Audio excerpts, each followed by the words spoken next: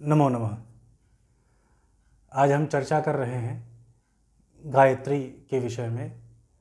अनेक लोग मिलते हैं और बताते हैं कि उन्होंने गायत्री का पुरस्चरण किया है या गायत्री की साधनाएं की हैं, लेकिन गायत्री की साधना के द्वारा जो फल विशेष प्राप्त होना चाहिए वह नहीं प्राप्त होता है। तो आपकी जानकारी के निमित्त बता दूं मैं कि गायत्री सभी देवी देवताओं के मंत्रों में उपस्थित है। यहाँ पर गायत्री एक छंद विशेष है। वेदों में 108 अलग अलग प्रकार के छंद प्राप्त होते हैं, जिसमें से एक गायत्री छंद भी प्राप्त होता है। गायत्री छंद अर्थात कोई भी मंत्र जिसमें 24 वर्ण आते हैं, जिसमें 24 अक्षर होते हैं, उसे हम गायत्री कहते हैं। तो जितने भी देवी देवता विशेष हैं उन सब के अपने अपने गायत्री मंत्र हैं। यथा ओम तत्पुरुषाय विद्महे महादेवाय धीमहि तन्नो रुद्रः प्रचोदयात्, ये शिव गायत्री है, रुद्र गायत्री है ये।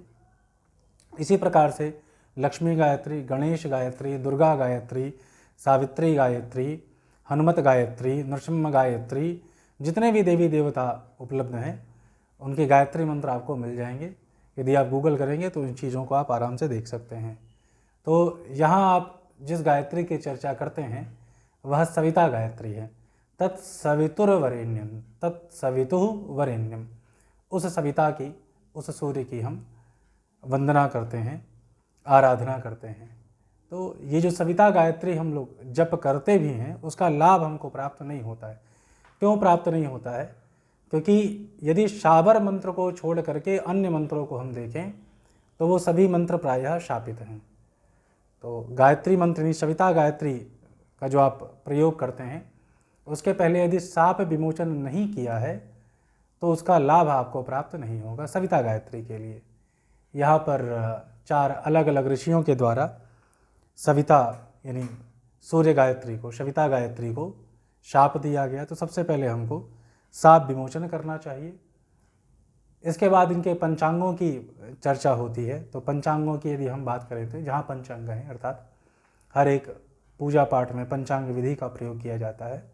तो आपको विनियोग करना चाहिए, आपको न्यास करना चाहिए, आपको जप करना चाहिए और आपको सहस्त्र नाम करना चाहिए। ये 5 चीज़ें पंचांग के अंतर्गत आती हैं। यहाँ पर 1-2 चीज़ें और हम ऐड कर सकते हैं।